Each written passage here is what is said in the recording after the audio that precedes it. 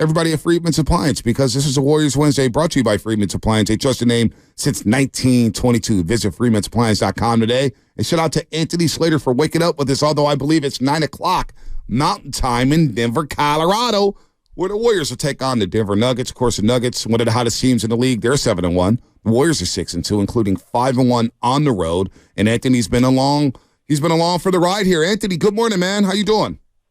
I'm good, man. I'm dragging a little bit at the end of this trip, but that's life. 8 games in 8 cities, man. Even Anthony Slater's tired, or are you tired because of Bedlam after Oklahoma State beat Oklahoma in the last ever Bedlam? That was pretty nice. I happened to be in the state when it happened too, so I got to see OU fans up close, seeing the dread in their face. You didn't go down to Stillwater? I should have, but I was with my wife and her family, who happen to be OU fans. I did a family thing, and it was good enough just to see 15 OU fans just melt. Sounds like my radio career. Yeah. Just good enough. Just good enough. Hey, Slater, man. I'm the Trent Dilfer of radio. Bro, don't brag too much, because I'm sure the couch had your name all over it, man, after that win. Yeah, you're right. You're right. You know about that. Anyway, let's get to basketball here. A nice little test for the Warriors tonight. A good barometer here. Being around the team, because we asked Chris Paul the other night on the postgame show, and he's tactful. He's a vet. He's like, look, man, we're just trying to stack wins and take every game. We're taking this game by game. We're not really looking at the different Nuggets. It's about us. But being around the team, how are they looking at this game? How are they looking at the Nuggets here, saying, hey, you know what? They're the defending champs. We can really make a statement this season by beating the Denver Nuggets. How's the team approaching this basketball game tonight? Yeah, we'll see. I'm going to shoot around in about 2 hours. They were a little bit, they were relieved they got that win in Detroit the other night. It could have turned into kind of an ugly back-to-back, but they're closing better. You could tell them taking a more serious approach. That's been the biggest difference. I do still think they're kind of trying to find themselves, right? The starting lineup's not playing well. I'm sure you're going to ask me about a few of their players that don't have it right now. But I do feel a confidence in them that they're back to their old self, where, again, you cannot be playing well and be 6-2. Last year, they were not doing that. This year, they are. I do think there's a little bit of you could make a statement tonight, but also it is, like you said, eighth game in an 8 different city.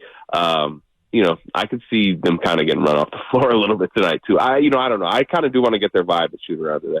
Nah, not with General Paul on this team. A fan favorite. Chris Paul, who would have thought? I mean, Anthony, this has been one of the, I would say, top 5 most hated Warrior enemies of the last 20 years, and he ain't 5. He's now a fan favorite, right? It's pretty unanimous. Warrior fans love Chris Paul. Yeah, right now they do, right? A lot of it is how tough last year was for, I think, everyone involved, including the fan base, but also internally, to just stomach how games were being lost, what the product on the floor was, right? And it is not just a Jordan Poole thing. It is their whole team. Remember we would talk last year, the veterans were melting down the stretch in Charlotte in different ways. And it is just Chris Paul is just solving their weaknesses. And I just think it's easy to tell. Bonte, you mentioned the tactful approach. He does bring a professionalism that is pretty easy to see on the court and off the court. And it comes at a time where, they are trying to get one more in the Steph Curry era, and it's becoming pretty clear he's a big part of that. And, I think Warriors fans do like that. And it did not take him long. How long did it take him to win you over, Shaq? 1.5 games. Honestly, it was a couple of things. It was the mannerisms in between timeouts, stoppages of time, with him kind of tutoring the young guys. And then I really was hyper-focused on Steph and CP3 and their interactions. And to me, it was coming from up top, meaning Steph Curry. He clearly loves CP3, and the two of them talking in terms of their beautiful brains of basketball. I don't know. Right then and there, I was like, oh, Steph's bought in, I'm all in. Yeah, the head coach is all in, too. Everyone really is. And I like, they're keeping his minutes down, which, I think, it's still, the bench role is still an adjustment for him. I'm not sure he necessarily loves it. He's not, whining about it, complaining about their winning. But it's still, I asked him the other day, he's like, yeah, still kind of trying to figure it out. And I think he's a guy historically, right? He's at least 30 minutes plus, but he may not love this, but I think it's good for his body, and not just him. How about the minute total? Steph's playing 31 minutes a game basically right now. Yeah. It's allowing they're playing these back-to-backs, and I think part of it's like because they don't have to full throttle Steph at all, like 39 minutes to go chase down a win. Yeah, no doubt. Anthony Slater here on the Morning Rush on 95.7 The Game. Our NBA insider does a terrific job at The Athletic, breaking the game down. Check out his latest 5 Warriors observations he wrote after the Detroit game. He talked about the closing lineups and whatnot, and Chris Paul has been closing. We've seen a lot of different closing lineups, and we've noticed in these closing lineups that Andrew Wiggins hasn't really been part of it. And Steve Kerr mentioned that we're going to go by feel, by the flow. And the flow is telling us that Andrew Wiggins probably doesn't deserve to close these games. He played late in the Houston game. Chris Paul comes in the last 2 minutes of that one. But for the most part, we've seen GP2, we've seen Wiggins, we've seen Looney. So the question, as you alluded to, Andrew Wiggins, we're not concerned about him. We're going to wait 14 games to really be concerned about him. But where is Andrew Wiggins at, in your opinion? What is it about him that has led to his struggles? Yeah, it seems like he's in a little bit of a fog right now. I mean, all the stats are pretty ugly. He has 1 steal in 8 games. Yeah. The rebound numbers are not good. 3 of 17 from 3. He's 53% from the line right now. To me, he's trying to find it. You're starting to see him those tap out offensive rebounds, I think is him kind of saying, hey, I need to do something to impact this game, which he's starting to do more. I think the last 3 games it's like 5, 6, 5 rebounds, which is where you want him to sit at least. But to me, the handle is very loose right now. The shot is obviously way off. You can see that in the 3-point and the free throw percentage. And he just doesn't have it. And we'll see. Again, it's 8 games into the season. They are 6-2 because Gary Payton is playing so well. It's nullifying Wiggins' struggles a little bit. So there is no urgency. It isn't topic number 1 today for us. It is a topic. They're trying to figure it out, but they just have time. He has a track record. I thought he was actually, he obviously didn't play a large chunk of last season. He was pretty good for what you would have expected in the playoffs last year. Yeah. So I'm a little surprised how off he is to start the season. But we'll see. I don't know. I mean, maybe again, I do think the small decent sign lately is he is starting to attack the offensive glass more. Kerr has mentioned he's been a little bit more happy with that, but I don't know. The shot doesn't seem like, suddenly tonight he's going to have a Klay Thompson 8-3 game and he's back offensively. It seems like he's got kind of a deep hole he has to dig out of right now with his feel for the game. It just feels like there's ebbs and flows with a roster throughout a regular season, good or bad.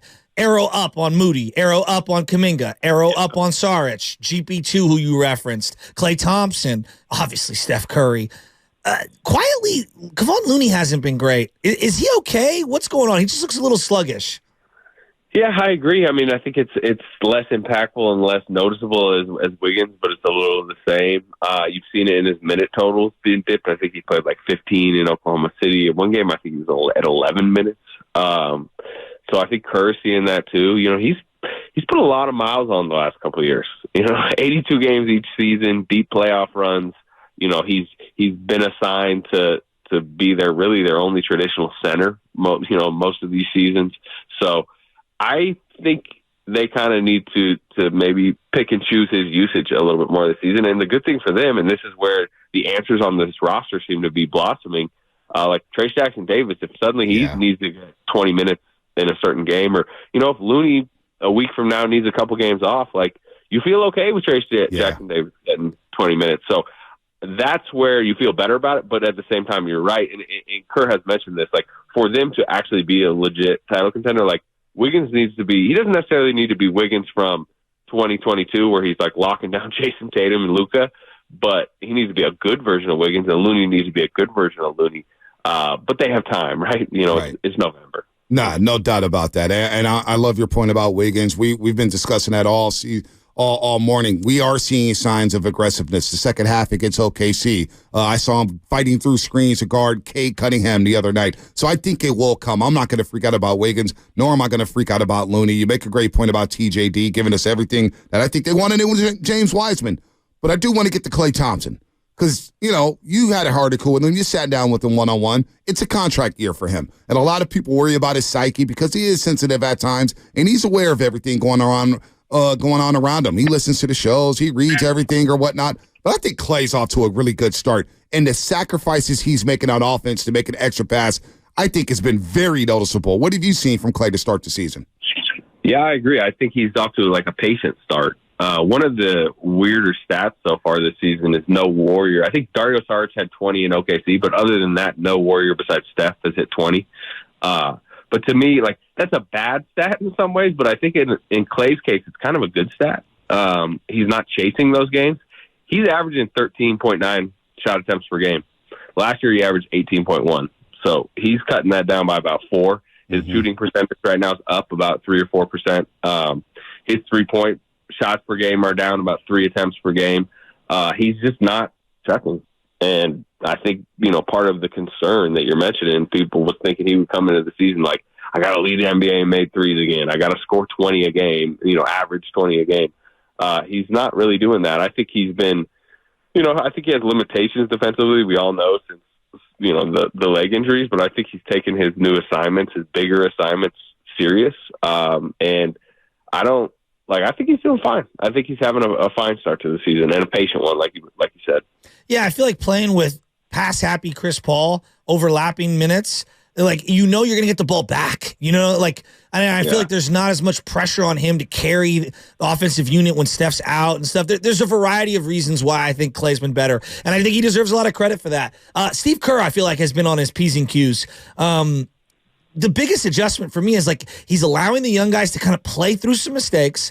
And then secondarily, it feels like he's much more quick with switching up the closing lineups based on offensive, defensive, possession, based on feel of how a player's playing within the fabric of the game, who the opponent is. Has he touched on maybe how good his rotations and his feel for the moment has been versus last year? He hasn't really talked much about it because I don't know. I don't think he was going to want to come out and be like, man, I took last year not as serious or, whatever. But it does. It feels a little bit like, remember there was the we're not chasing win season. And then at the beginning of the championship season, he even did that wink comment where he's like, we're chasing wins this year. It kind of feels like a mirror of that, where last year, I agree with you. Like it was kind of rigid rotations that, there was a pecking order. There was maybe a lack of seriousness organizationally about just the approach to the last regular season. Obviously, everything was kind of thrown in the air during the preseason. But this year, I mean, it's not even just the rotation patterns, the flexibility, but I think the quotes too. I think he's been kind of firm this year. Not like killing his players, but like being like pretty real about it, about struggles, about how about the thing of he's got kind of mad at us for keep mentioning it last year. Right. He's like, we're not doing that anymore. Like, put it in the rear view. And, that's messages to his players. He backed up Jordan Poole, like, stop criticizing Jordan Poole. Like, he did that, I believe, on your network. I don't know. He just seems locked in. It's a big year for him. It's a contract year for him, which you could say also he's got the Team USA Olympics coming up. I just think he's, like, really just, like, and I've heard this from people around, like, he's, like, just really locked into his job right now. No doubt. 30 seconds or less later, because I want you to get to shoot around, and we appreciate the time as always. Draymond Green came into the season saying this is the biggest year of his career. We kind of laughed like, man, what is he talking about? But you know what? The guy's playing like it right now. I think he's been engaged, and offensively, he's been very, very aggressive and very good. 30 seconds or less, your thoughts on Draymond Green to start the season? Well, first of all, he says it's the biggest year of his career every year. So whatever. He looks pretty good. He's hitting his threes. I like the aggressiveness. I think the defense needs to get there. He would agree with that. His conditioning's not there. So, and you see it where he's trying to take charges against like Chet Holmgren, like just strip Chet Holmgren. But he'll get there. A month from now, I think you'll see an even better Draymond. Wow, that's a good sign for the Golden State Warriors, and it's a good sign that Slater is back on the morning roast. We'll do this every single week with this Slates. We appreciate the time as always. Keep crushing it. Big game in Denver. Get a nice little barometer, nice start to the NBA, nice little matchup between the Warriors and Nuggets. Have fun out there, Anthony. All right, fellas. All right, man. Anthony Slater here on 95.7 The Game. A lot of positivity stuff. A lot of good stuff from Slates.